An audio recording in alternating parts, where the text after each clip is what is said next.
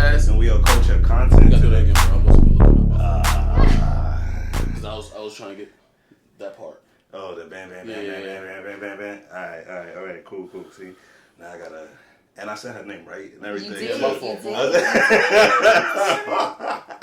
Trying to get me to fumble out here. I got this.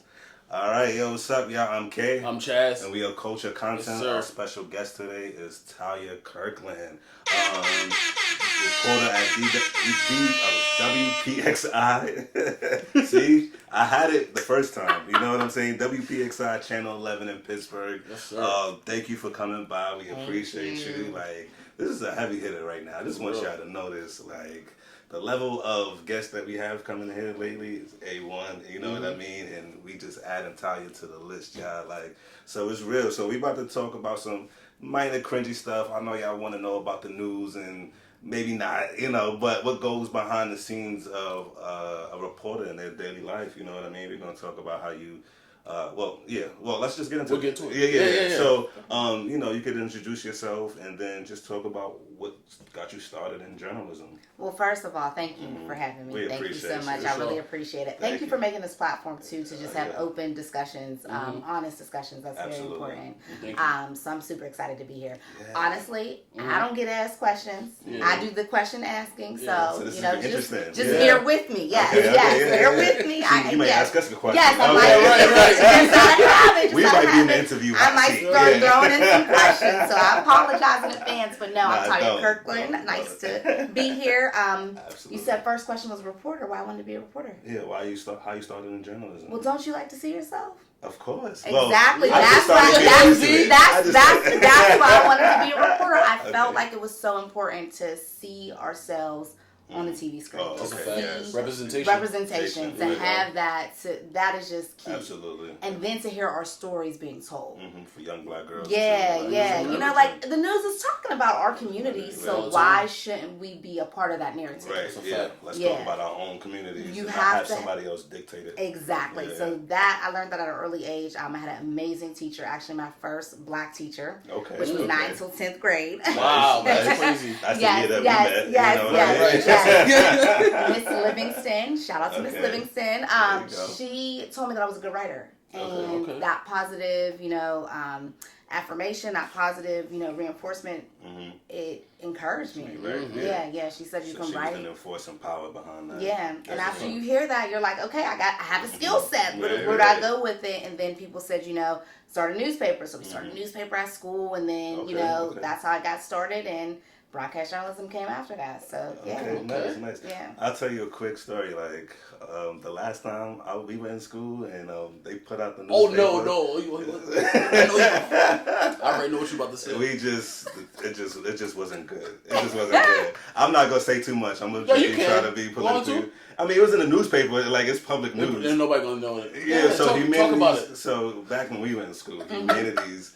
The one time we were in the newspaper was some kid had said something, what would you do in the last 24 hours? And let's just say that it was politically incorrect. And we ended up with like Secret Service at the school. Like, no. You know, I just think about, you know, being back in school and them putting out the paper like that was in the paper. And it was a school paper? It was a school paper. Oh, yeah. So there was nobody to say, maybe don't say that. Right. I mean, I think they thought it was lighthearted. But that story went to, it was like in the New York Post, it was in the Daily News, and it was in the... it was in a free paper. Yeah, right, the AM New York. Yeah, it was like an AM New York. Oh, okay. But when we saw it in the Post, we was like, oh. Yeah, it was bad. It had to do with the kid facing all that in the picture in the joint. That was crazy. Okay, gotta look that up. So real quick, does journalism translate to like poetry and stuff like that too? Like that's so surprising that you literally it was a poetry and creative writing class. Oh, yes. So like I thought I was gonna be a poet, and you know teachers are nice, and that was a great thing that she told me I could write, but she politely told me that poet might not be the most money making career. Right. So what else can you do with it? So I used to write poetry. I thought I was gonna do like haikus and stuff. Yes. You can do haikus? Give us one. I don't know. know what? I'm an artist. I was sensitive, you know. So yeah, so no. But yeah, poetry is definitely where I started writing creative stories, and then that's where it grew. Okay, that's dope. That's dope. I definitely see the translation in that. So. So where we at? I'm fumbling the ball. My bad, y'all. I'm bad. I got you. Real quick. Down, so, like, being that I love that. You're a reporter, and you know, what I mean, you spoke about the representation. How do you feel like your representation is impacting the culture and the community? I think it's a huge impact. I think that, and I'm not trying to like tout, my own horn or anything like that, but I think that when you're from an area. Mm-hmm. You know the stories. Toot your own horn. What you talk about? You're from the area. Yeah. You are invested in those stories. Yeah. You're invested in those communities. So I think there's an impact, and you'll see more stories from Penn Hills because I'm from here. You'll see more stories with people that look like me because it just is natural. Right. So I think there's a huge impact when we have diversity on the news. You have diversity in the storytelling. Do you think sometimes, being that you're reporting on things from your area, because you're homegrown, we're gonna get to your journey as well, but do you think sometimes you could be biased on the situation? It could be good or bad?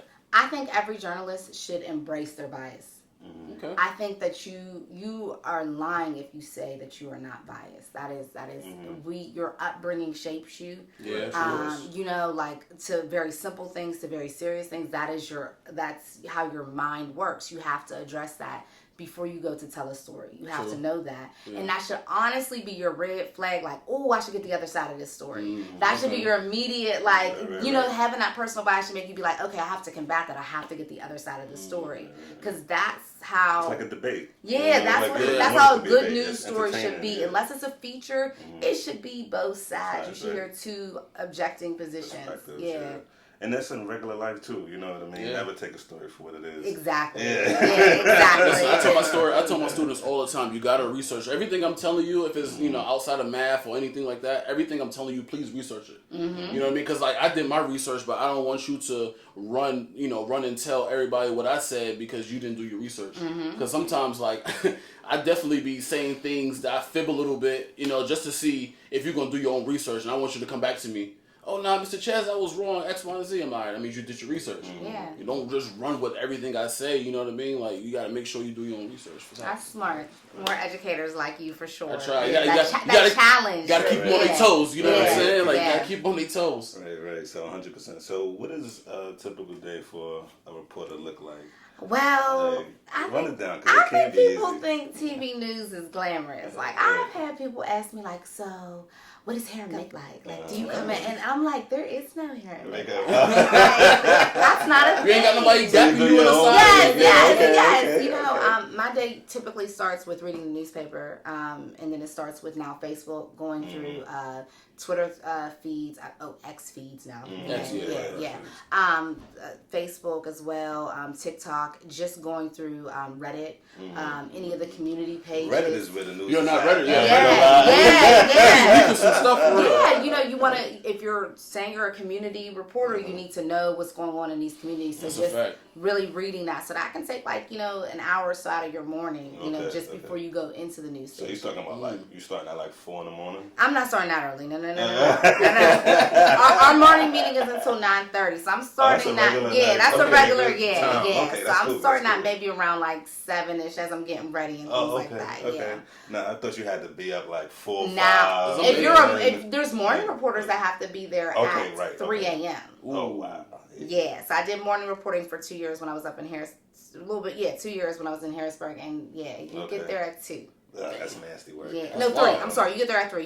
You get up at 2. You probably should get up earlier, but I got up at 2. It's just it's an early shift. Okay, so so you told us about your day. You got to start early in the morning, right? So once you find that story, right? Mm-hmm. You got to pitch it. You got to pitch it. I got to prove to my peers, the higher ups, and my managers that this story is worth telling. Mm-hmm. And that's probably your hardest part of the day because you might have got invested in that story. You probably already started making calls because if I see you post something and you're like, XYZ is happening, I'm like, oh, let me find this person, and I connect with you and you're willing to talk to me.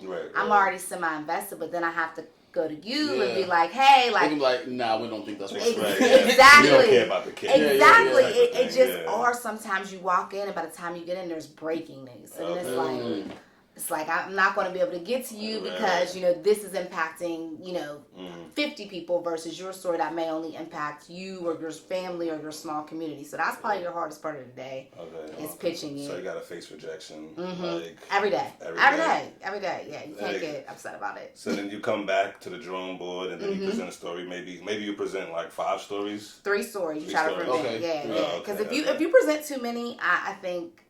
I mean, some you're not as invested in each one though. Yeah, because you might not know, because they might be like, I love that 5th one, and that might have been the one that you really didn't have time. So I think 3 is safer. Sometimes if you really love the story, you just pitch one and just go really go in for it. Or in the basket, like and then sometimes works, or sometimes you might get to it the next day or like you know the following day. But yeah, pitching is definitely keep it concise where people will care too. To be engaged in it, basically. Yeah. Okay, so you pitch it on a good day. You present 1 to 3 stories. One gets, we want to get this one story. What happens after that? Like that's a great day too. If your story, one of your stories get picked, I get that first one get hit. Yeah, that means I get to set up with you and be like, "Are you available at 1?" You say yes. I get to go to that place. I get to interview you. Then me and my photographer. The whole crew set. And Now it's not a whole crew. It's just me and the photographer. Okay. People sometimes think there's gonna be multiple. It's just me and then and in some markets, Pittsburgh isn't one of them. Well, Pittsburgh is. Sometimes it will just be one person. It will just like I was at MMJ for years. It's just me, so I'm coming with my camera. I'm coming with my camera. Yeah, like the station provides it, but you're the camera person as well. So I did that for a number of years. Yeah, so so that is becoming more and more common. That's how our industry is really changing. Is it's getting smaller. So you got the tripod. It's just one. We call it a one-man band. So you're the reporter as well as the photographer. So so that's how our industry is definitely changing now. Fortunately, I still have photographers that I work with. I've been in the industry for years and years and years, which is really helpful. Because then it's like you have a second person to bounce stuff off of. So I value photographers for sure. And you're probably with them the whole day too. You're with them all day. You're usually working out of a car or like a coffee shop or wherever you can kind of find because you don't have that many hours in a day to get that story done. Exactly. Like if you say you're not available till 1, that's a good day. That's late. Because we got to get that story turned by 4 p.m. Oh wow! That means it has to. That means I have to interview you. I have to. And they have to edit it. You're fine. Yeah, my bad. That was wild, y'all. I'm just on my BS today. Sorry. You're fine. Moment. All right, I'm going to Blooper. cut that out. Yeah, I'm cutting that out. I'm pretty sure you have these all day. Like, all day. I'm like, you're fine. Just keep. The worst is when it's live. Right. Yeah, or you can't do nothing about that. Yeah. So I'm pretty sure you've had some interesting bloopers in your Definitely. I mean, I don't mean to jump the questions, but like, what's a blooper moment for you? So, like I said, I was MMJing for years, so that means there's no one watching, around, so you're really kind of on your own, and then there's a person that you're interviewing, but they don't really know you, Right. I was in Central PA, so I was doing a story on maybe dairy prices, I think. I don't really remember what the story was, but I was around a whole bunch of animals. Okay. I'm from Penn Hills. You don't do. I don't do animals. I don't do animals. Right. So I'm trying to get something active because I want people to be intrigued. I want it to look good. So I'm trying to walk through these cows. Tell me it was cows too. It was bold. It was really bold to pick cows. These are big animals. I'm a little nervous. So I'm on like take 9 at this point. Just trying to walking towards the camera. And with the smell probably too. The smell, the flies. And then the family was kind of looking. And so it makes you more anxious. You're like, oh my God, I'm taking up their time. And then I get to the shot and I'm perfect. It's everything. And then the cow goes to lick my hair. Oh, nah. The proper voice goes out the window. Like, it's just, I want to go home. It's over. It's over. It's over. And everyone thought it was hilarious. Yeah. And I mean, I would have thought it too, but if it's happening to you, it's a cow. Like, the tongue was That's crazy. Nah, that's wild. That's nasty work. Yeah, it was. Yeah. Did you get the story done? I got the story done. I did. I think it was good. It out. Yeah, and then everyone saw the blooper, so you just gotta laugh each time. And really, you're thinking like, I had to drive back with like all of that. Yeah, cow spit on the back of your neck is crazy. Oh man, that just sounds weird. It's on YouTube somewhere. So that was one. Yeah. So that was a live story. It wasn't live. Okay. No, I was trying to record it, but when I sent him my footage or whatever, I forget. My manager got a hold of it and he thought it was hilarious. So so run it back. Yeah, you do have to learn how to laugh at yourself. Like it's like trying. Okay, so my bad. I got like 2 more questions. You good? I gotta get them off my chest. All right, so going back to before the bloopers, we were talking about just like you were saying, like the industry is getting smaller, whatever the case is, right?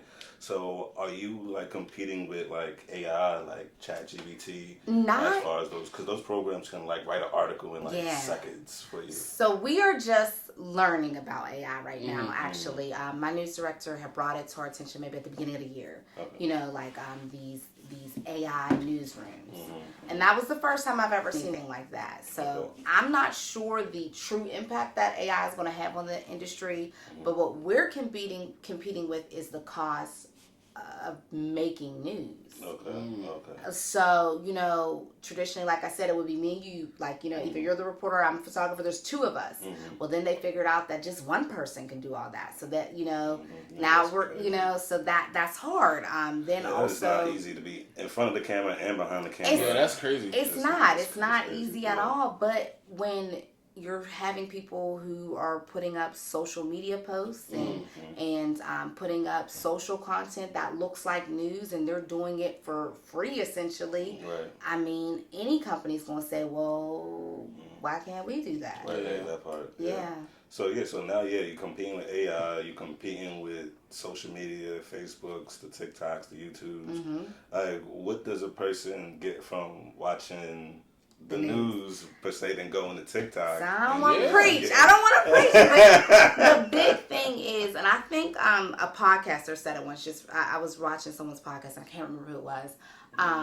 I think it's a DJ who has a podcast, and he was like, I never will claim to be a journalist because that's a skill set, and that's not something that I have. Like, I'm not going to call myself something that I'm not, and that's really what separates, I think, like social media influencers, TikTok, from journalists. Like, I have an obligation to make sure that I get the other side of a story. Right, that part. If this is your own platform, you don't have that obligation, and rightfully so. You created your own platform to tell the story the way you want to. Whereas that's not my job. Like, I have a duty to the public to make sure I get the other side, and I think that's what separates. And I think that's why people really. You can tell that they're not watching the news. Right. You can tell that they're not reading a newspaper now. Because they only have one side of the story and they run with it. Yeah, I think that too, but as an adult, you should be able to. You should be able to vet it a little bit. You would think, but look at society right now. Like, look, I mean, people are getting their one stream of information and they're cool with that. They're running with it. Yeah, and I think that's also making our industry shrink. When people don't want that other side, when they really just don't want to hear the other side, or that, it impacts our industry. That's a shame. Yeah. So how do you deal with like criticism and like backlash from some of the things you report on? So it's hurtful. Like, anyone who would tell you it's not, especially when it's from the public. Criticism from management is not hurtful because, like I said, we got a pitch every day. So you're going to get those. You get that all the time, and honestly, that's like sharpening your skill set, in my opinion. But when it's from the public, it hurts because usually, like I said, you're getting up that hour early out of your personal time, taken away from your family that you're not getting paid for to find these stories. You're talking with people and you're becoming invested in their story. So then when someone then criticizes it, it's like, you don't understand. I put all this work into this. Like, I got invested into this, and you're just going to brush it off and make a quick opinion. And sometimes people don't even watch the whole story. They get the soundbite. They get the soundbite. The one part. Or sometimes they even just look at the headline. Oh yeah. And it's like, I didn't even write the headline. So it definitely hurts. I think any journalist who would say it doesn't is not being fair to themselves, honestly. Well, do you get those issues too, where you have a story, you said what it is, and then you read it back and it gets published and it's not exactly. So fortunately for me, the script that I write is the digital piece, so you'll hear my voice saying it. Okay. So even if you were my editor and you want to change certain words, my voice is the final voice. So that's one thing that is nice about being a TV news reporter, because you're the last person to unless someone really goes in like an editor and chops up your story, which is not. That's not ethical. That's not going to really happen. Okay. Now, the web article can be sometimes different, because sometimes in bigger markets there will be a web team, and then there's a reporter, and they might handle the web article. You might have only done the TV piece. Yeah. They're usually similar, though. To be honest, they're usually similar. Sometimes that headline is a little bit, Yeah. It can be a little cringy.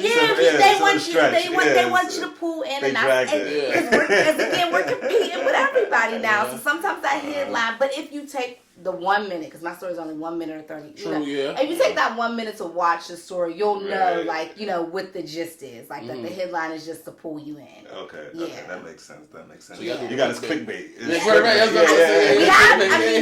Yes. There are literally, especially in well-sourced newsrooms, there are people that have better skill sets than I, that know SEO, and don't ask me what that really is. That's the surface level that I know, but they know the words that people will click on. So that's what they're trying to. That's their only job. That's their job, is to make sure that our digital content is being able to compete. Yeah. Okay, that's crazy. Yeah. You mentioned scripted, right? Mm-hmm. How much of the news is actually scripted?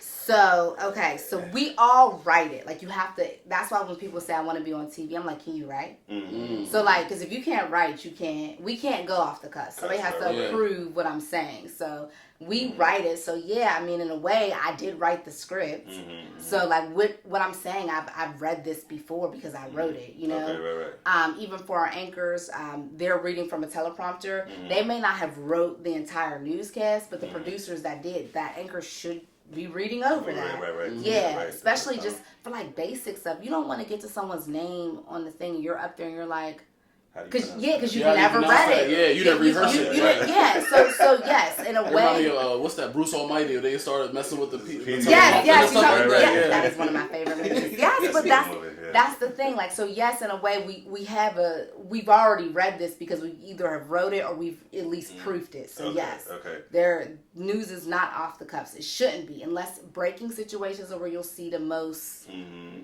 Yeah, wing it. Because you freestyle. Yeah, it's on the cusp. If I just pulled up and you have to. That's what you'll hear them say over and over. We just arrived, because that's us just trying to say literally. I don't know what's going on. I just arrived. Yeah. So that makes sense. But I mean scripted in a way you've seen social media. You mean fake news? Yeah. Is that what you're saying? So look, I'm going to be honest. I've worked in local news. I've worked in national news. Okay. I've worked for Fox News. Okay. Mm-hmm. So, and none of it's scripted. We write it. We have to write it. Okay. Now there are programming stations though. Now there are CNN, Fox News. They have programming where there's hosts. Okay. And that's and that's a different budget than news. Okay. So it's a different standard than news. Do it look like news? Yes. Yes. Right. Will the average person maybe think it's news? Yes. Yes. Yeah, okay, but it's so you have to look at which show news, when you're looking at major networks, you got to look at which newscast you're looking at, because it may be a part of their programming. That's a personality. That's a host. Okay. They don't say host, but if you're not, picking up on those little cues, you're not going to. You think it's the same thing. You think it's the same thing. That's why I watch local news, support local news. Definitely support. We're trying to catch 6 and 11. We don't have the funds to have hosts, so it's just journalists. It's just us. Yeah. Okay. That's what's up. Yeah. Do you get sometimes also people don't watch the news because it me personally sometimes it weighs down on you. You know what I mean? Because it might be a fire, and then it'll be somebody got locally killed, or there was a shootout or something crazy. How often does that actually affect your day? And is that a thing, you know, like where they gotta put stuff like that out, or you know? So I know there was a big push to try to do more positive news. Like I even have a friend who started her like own platform to really just do positive news. The reason that sometimes those platforms don't always succeed is because then when it's your loved one that gets killed, when it's your house that burns down, where's the news is the first question that happens.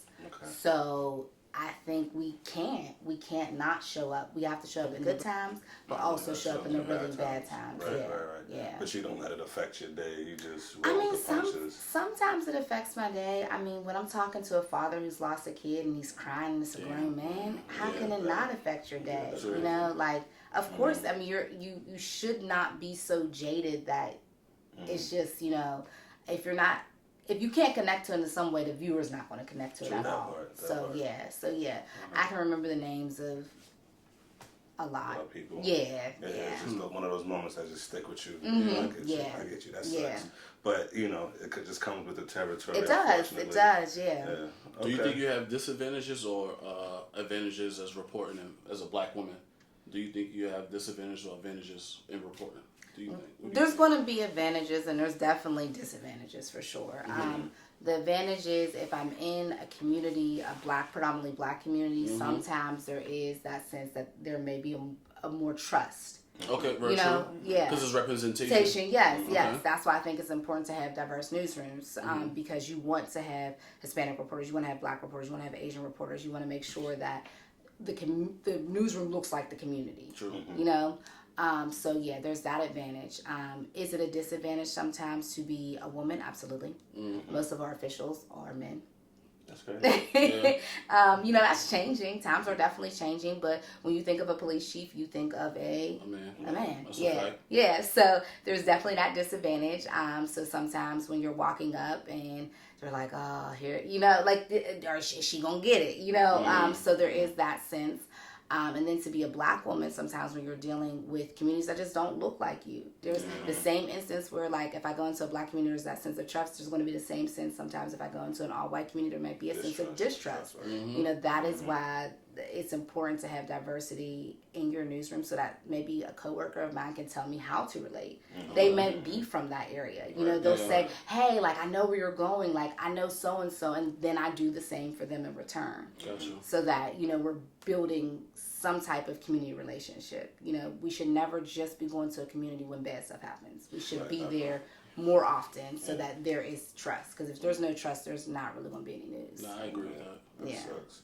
So speaking of your colleagues, right? Like, when you show up to the story, like, how is that? Because you said it's a little competitive, right? So like, there's only three of y'all show up to the same story. Like. So there's 3 news stations in Pittsburgh. There's 2 major newspapers. There's a lot of other newspapers that also will show up. So there can be a whole, you know, entourage of people. Yes.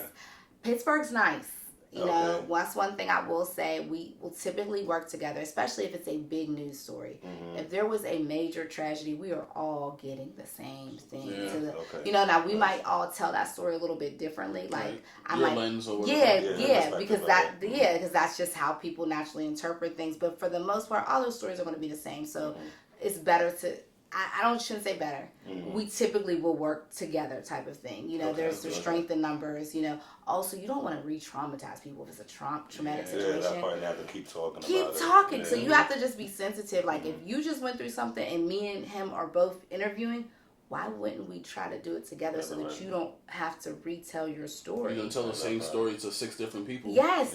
And then the story becomes, you know, the emotion sometimes isn't there, or it's too much emotion by that time that you can't even get through it. So, and it's just like, it's a sense of just respect. Like, why would I make you keep telling this story? So usually we'll work together on big stories. Now, if there's a story that I've been vetting, investigating for, you know, months or days, I do not want you to know about it. I'm not going to tell you about it. So you got your own secrets? Yes. The goal is for you never to know. Even when you pitch it in that newsroom, you don't want another reporter, you know, jotting down notes, because that's something that's your work. That's your work. That's your hard work. So definitely. you want to be the only person that shines. You want the exclusive. Story. To get the exclusive banner. Exclusive banner is important. That is important. Yes. That's dope. So you've had a couple of those. Yes. I think we all have, and those are great days. You know, those are great days because that's really what you go to school for. Is to really, crack that story or just tell that story that's never been told. Because the exclusive may not always be like something that's super investigative. It may just be a person or a community or something that was just overlooked for that long. Right, that part. So, yeah. I get that. That's cool. So, when you do that, right, when you get the exclusive, like, matter of fact, I'm going to switch the question. My bad. What is the most exclusive story you've ever put out?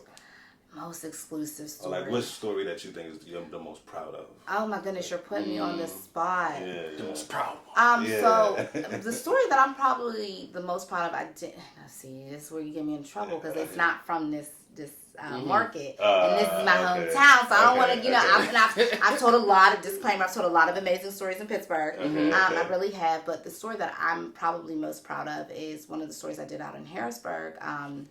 It was a woman where police wrongfully came into her home. And I really pushed to do this story.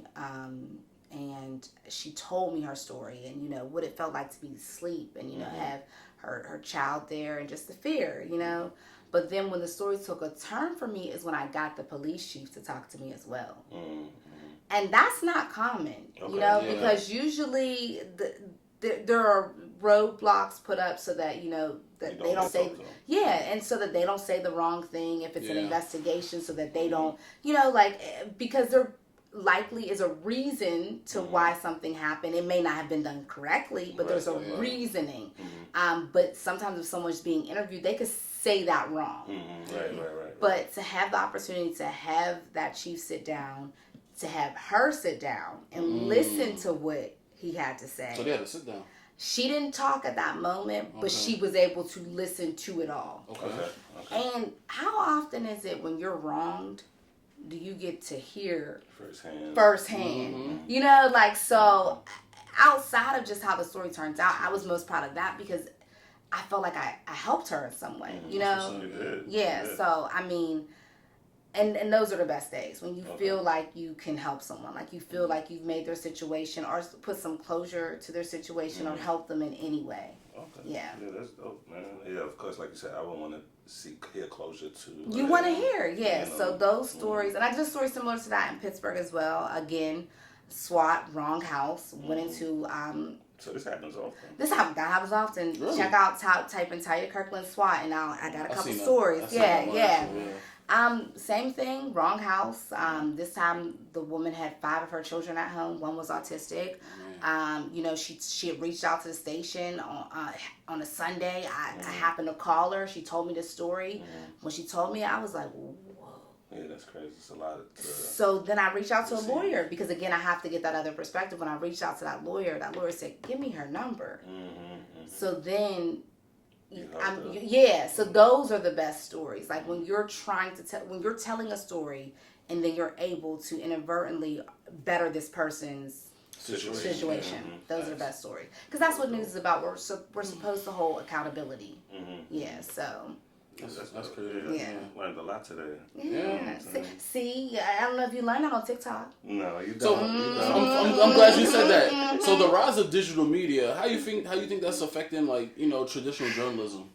It's hard because I don't want to be. Of course you want to progress. You want to. The rise of digital media is good because there are a lot of situations, especially for Black communities, that would not have been told if someone didn't have a phone. We could not ignore that. Like if there would not have been a phone in certain situations, there wouldn't be the stories that we have. There wouldn't be the accountability, the justice that right in a second. However, with the rise of I guess like digital media, there are people now who are able to create a platform where they tell the story and the context might not always be there. Like there's been so many times where we have run to a community, a situation because someone threw up a Facebook Live and it looked one way.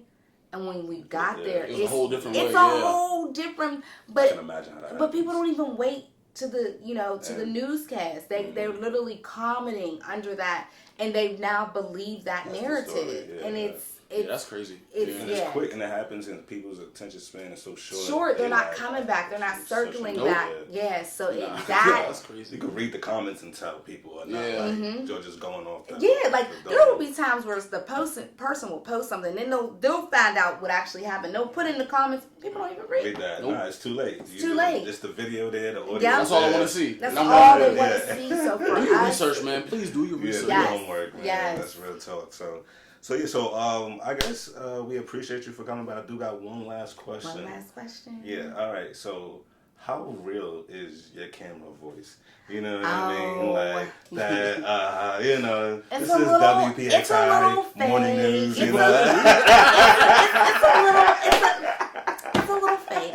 I mean, but it is my voice. Like, this is me talking regular. Right. Yeah, I'm trying to think. Can you give us a little glimpse of, like... Yeah, talk to us, In my news voice? Yeah.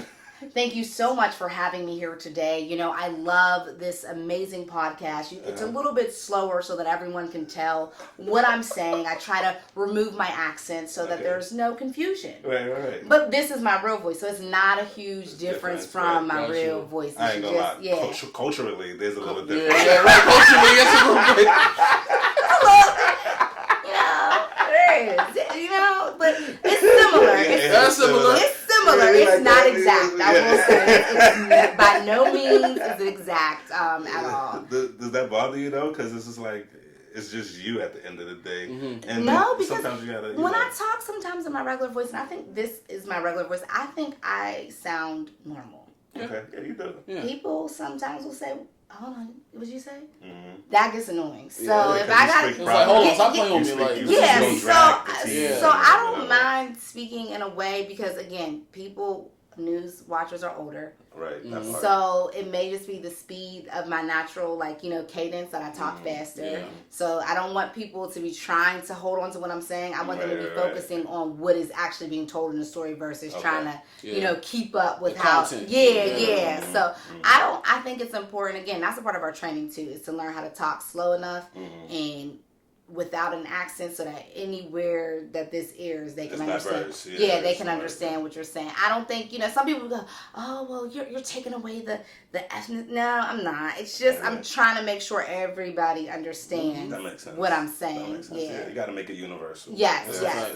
Because also, if you use too many colloquials, here goes my accent. If you use too much slang or too many words that's our generation. They're not gonna get it. They're not gonna get it. I've even tried to make jokes. Pull up or busting or something like that. Yes, they're not. I've made jokes before with stuff, and older people are like, they look at you. They don't know it's not funny. They're just saying, no clue. It don't translate. So I don't mind talking a little slower, a little less. Okay, that's cool. So you got any last thoughts, comments? If you want to be followed, whatever you want to put up. Yes. So my last thoughts, so I'll talk directly to Kim. My last thoughts are, and I think from this conversation we can kind of gather, just if you can, turn on the news. Turn on the news. I'll be unbiased and say any newscast, any of the 3 TV news stations here, watch the news because I think it will help just in your day-to-day life. I really, really do. I want our young people especially to be more informed.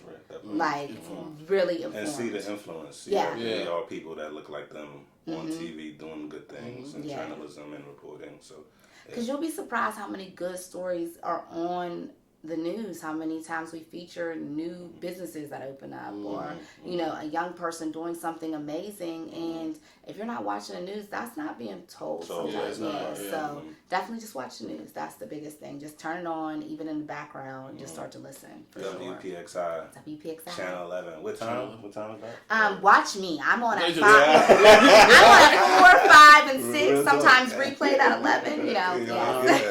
Let them know. Talk to them. So that's at Monday through Friday. 4, 5, and 6, and sometimes at 11. Yes. You heard Wpxi. That's what we're doing. For sure. Talia Kirkland. Okay, that's who we support. I mean, we're gonna support. We're gonna support them as a whole. Yeah, as a whole. Well, we're here with her, so you already know what we're there for. You know what I mean? So however the love is spread, that's how we go spread the love. Facts. So I ain't gonna lie. I do want to do one last thing. You got one last thing. Yeah. This is my last one more thing. Okay. All right. Can you take us out in your voice? In my voice? Okay. All right. Thank you for joining us today. I'm Talia Kirkland for Culture Content. And I'm Kay. I'm Chaz. And that's a wrap, baby. It's out. Talia Kirkland in the building, y'all. That was dope.